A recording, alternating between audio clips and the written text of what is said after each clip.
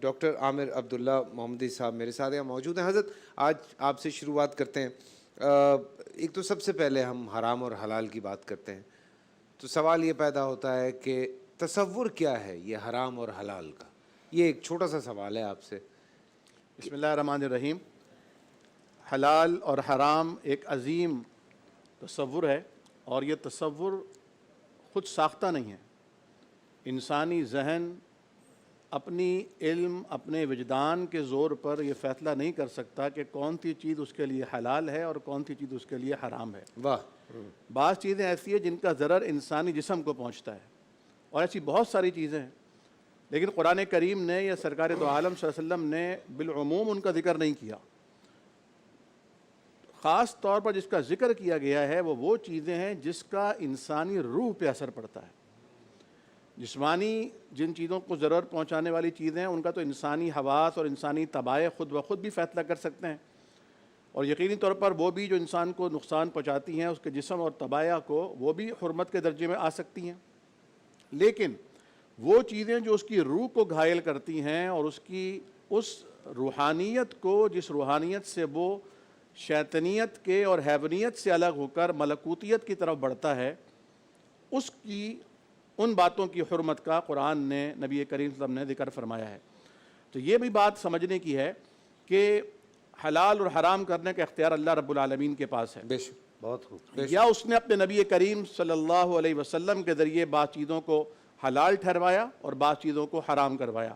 یعنی وہ چیزیں جنہیں خود ساختہ لوگوں نے اپنے اوپر حرام کر لیا تھا نبی آیا اور نبی نے اس بوجھ کو ان کے سروں سے اور کاندھوں سے اتار دیا. اللہ اکبر. یہ ایک بہت امپورٹنٹ میٹر ہے کہ نبی کریم صلی اللہ علیہ وسلم اس وقت جب وحی کا نزول ہو رہا ہوتا تھا اور جب تک قرآن کریم مکمل تکمیل پر نہیں پہنچا تھا آپ نے منع فرما دیا تھا کہ سوالات کی کثرت نہ کرو کیونکہ وہ چیز جو اللہ تعالیٰ نے جس سے مباح چھوڑا ہوا ہے جس کی حرمت کا فیصلہ نہیں آیا کہیں ایسا نہ ہو کہ تمہارے سوال کرنے سے اس کی حرمت کا فیصلہ آ جائے. تو یہ قاعدہ ہے کہ جس چیز کو حلال کر دیا گیا ہے وہ قیامت تک حلال ہے, جس چیز کو حرام ٹھہرا دیا گیا ہے وہ قیامت تک حرام ہے, اور جس چیز کے بارے میں شریعت خاموش ہے اس چیز کو ساری دنیا مل کر بھی حرام نہیں کر سکتی.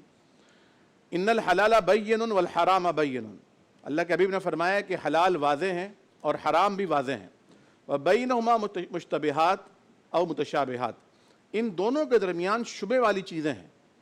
جو ان شبہ والی چیزوں میں پڑ گیا تو خدشہ ہے اس بات کا کہ وہ حرام مطلق کا بھی شکار ہو جائے گا. اور حضور کریم نے اس کی بہت اعلیٰ مثال دی.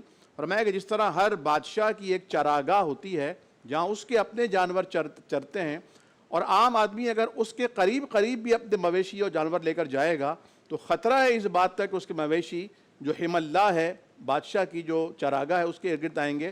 تو خبردار جو اللہ کی حرام کردہ امور ہیں وہ اللہ کی چراگاہ ہیں.